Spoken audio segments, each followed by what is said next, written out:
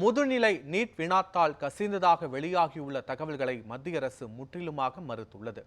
இளநிலை நீட் தேர்வு வினாத்தாள் கசிவு, ஆள்மாறாட்டம் உள்ளிட்ட பல்வேறு முறைகேடுகள் தொடர்பாக உச்சநீதிமன்றத்தில் வழக்கு நடைபெற்று வருகிறது. இதன் தொடர்ச்சியாக பல்வேறு சர்ச்சைகள் காரணமாக ஜூன் மாதம் நடைபெற இருந்த முதுநிலை நீட் தேர்வு தேதி மாற்றப்பட்டு ஆகஸ்ட் 11ஆம் தேதி நடைபெறும் என அறிவிக்கப்பட்டுள்ளது.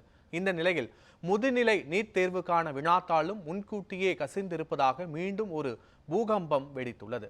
முதுநிலை நீட் தேர்வு நடைபெற இன்னும் 3 நாட்களே உள்ள நிலையில் சமூக வலைதளங்களில் முன்கூட்டியே தேர்வுக்கான வினாத்தாள் கசிந்ததாக சர்ச்சை எழுந்திருப்பது மாணவர்களிடையே கலக்கத்தையும் அதிர்ச்சியையும் ஏற்படுத்தியுள்ளது.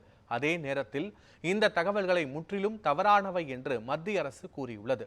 இது தொடர்பாக தேசிய தேர்வு முகமை வெளியிட்டுள்ள விளக்கத்தில், சமூக வலைதளங்களில் முதுநிலை நீட் வினாத்தாள் வெளியானது போன்று வெளிவரும் போலியான செய்திகளை நம்ப வேண்டாம் என்றும் தெரிவித்துள்ளது.